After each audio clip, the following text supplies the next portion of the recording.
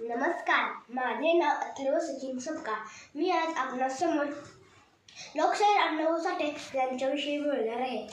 लोकशाहीर अण्णाभाऊ साठे हे एक समाजसुधारक होते. त्यांचा जन्म 1 ऑगस्ट 1920 रोजी सांगली जिल्ह्यातील वाटेगाव येथे झाला.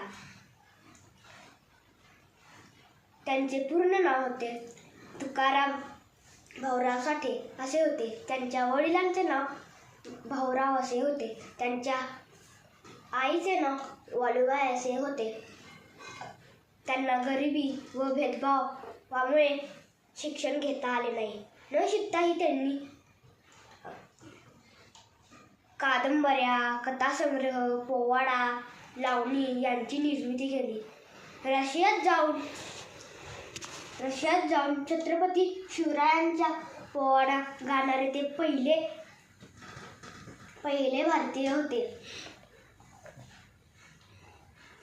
ह्या लोकशाहीराचा मृत्यू 18 जुलै 1969 रोजी झाला. धन्यवाद.